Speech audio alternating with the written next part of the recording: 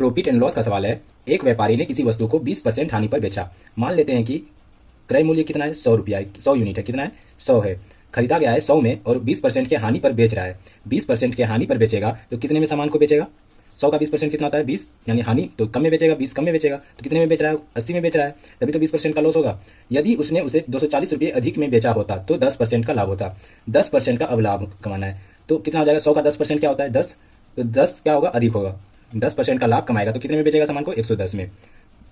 सवाल में क्या कह रहा था, यदि उसने उसे 240 रुपये अधिक में बेचा होता, पहले 80 में बेच रहा था, अब 110 में बेच रहा है, तो कितने अधिक में बेच रहा है, 30 अधिक में बेच रहा है, 30 यूनिट अधिक में बेच रहा है। लेकिन सवाल में कह रहा है कि 240 यूनिट, 240 अधिक में बेच रहा है, 240 रुपये अधिक में बेचा जा रहा है।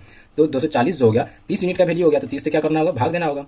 तो सवाल में कह रहा है वस्तु का क्रय मूल्य ज्ञात करें, तो कितना माने थे वस्तु का क्रय मूल्य, 100 यूनिट, तो 100 से क्या करना होगा, गुना करना होगा, क्रय मूल्य निकल के आ जाएगा। अब इसको 30 से घटाते हैं, 240 8 बार में, 8 गुना 100 करते हैं तो कितना हो जाएगा, 800। तो क्रय मूल्य कितना निकल के आ गया, 800 रुपया। ये हमारा सही आंसर हो जाएगा। ऐसे ही महत्वपूर्ण सवालों के जवाब जानने के लिए हमारे चैनल को सब्सक्राइब जरूर करें।